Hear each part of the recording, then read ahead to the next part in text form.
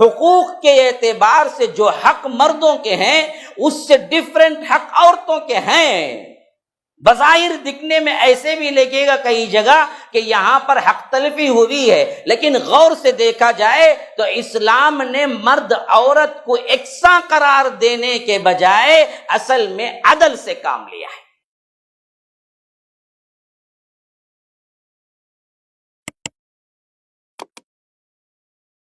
ایک مثال میں آپ کو دیتا ہوں، دیکھیے ایک چھوٹا سا بچہ ہے اور ایک بڑا نوجوان آدمی ہے، ایک 10 کلو کا وزن اٹھانا ہے، اور کوئی آ کر آپ کو یہ ججمنٹ دیتا ہے کہ دیکھو میں دونوں کے برابر سمجھتا ہوں، بچہ بھی انسان ہے اور یہ مرد بھی انسان ہے، انسان ہونے کے ناطے دونوں برابر ہیں، دونوں 10-10 کلو کے وزن اٹھاؤ، تو آپ کیا کہیں؟ غلط یا صحیح؟ غلط ہے۔ حالانکہ برابری کی ہے نہیں، اس نے برابری کی نا، لیکن یہ صحیح ہے یا غلط؟ غلط ہے۔ کیوں؟ وہ بچہ ہے، یہ جوان ہے، اس کی طاقت الگ ہے، اس کی طاقت الگ ہے۔ تو اب دراصل انصاف کیا ہے کہ وہ بچے سے کہے کہ تو 1 کلو کا وزن اٹھائے، جوان سے کہے کہ تو 10 کلو اٹھا سکتا ہے، اٹھائے، حالانکہ اب برابری نہیں ہوئی لیکن عدل ہے۔ اسی عدل کے نتیجے میں وراثت میں 2 حصے، مرد کو، عورت کو 1 حصہ۔ آپ پوچھیں گے یہ کون سی تقسیم ہے؟ اسے تو عقل سمجھ نہیں کرتی، یہ تو غلط ہی ہے۔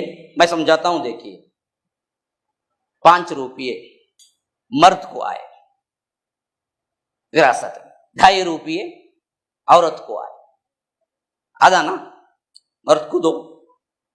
اب اس 5 روپیے میں مرد کے اوپر کیا کیا ذمہ داریاں ہیں؟ بیوی ہوگی تو بیوی کو خرچہ دینا، بچے ہوں گے تو اولاد کو بھی سنبھالنا، اگر اس وقت اسے ماں باپ ہوں گے تو ماں باپ کے لیے بھی وہی ذمہ دار ہے، اور ساتھ میں معاشرتی اعتبار سے جو کچھ بھی مسائل ہوں گے یا بھائی بہن ہوں گے ان پر بھی خرچہ کرنا ہے۔ لیکن 2 حقوق تو کمپلسری اس کے ساتھ لگے ہوئے ہیں کہ ایک بیوی بچوں کا خرچہ دینا، ایک ماں باپ آگے تو ماں باپ کو دیکھنا۔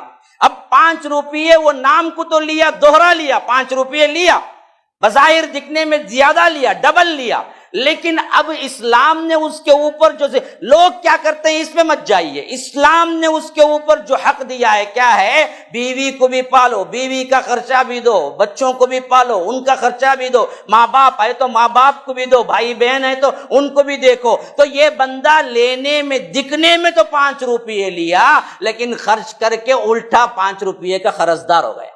اب دراصل دیکھو عورت کے سلسلے میں آج عورت کیا کرتی ہے، کما کے خرچہ کرتی ہے، یہ سوال مجھے نہیں چاہیے۔ اسلام نے بحیثیت عورت کے کیا ذمہ داری دی؟ 1% کی بھی ذمہ داری نہیں ہے۔ اب اسے 2.5 روپیہ وراثت میں، باپ کی وراثت میں 2.5 روپیہ آیا، وہ بولتی ہے کہ میں شوہر کو 1 روپیہ نہیں دوں گی، کوئی مسئلہ نہیں، اسلام نہیں بولتا نہیں ہے اسے 2 بول کے۔ بچوں کو خرچے پہ کچھ نہیں دوں گی، کوئی مسئلہ نہیں ہے، اس کی ذمہ داری نہیں ہے۔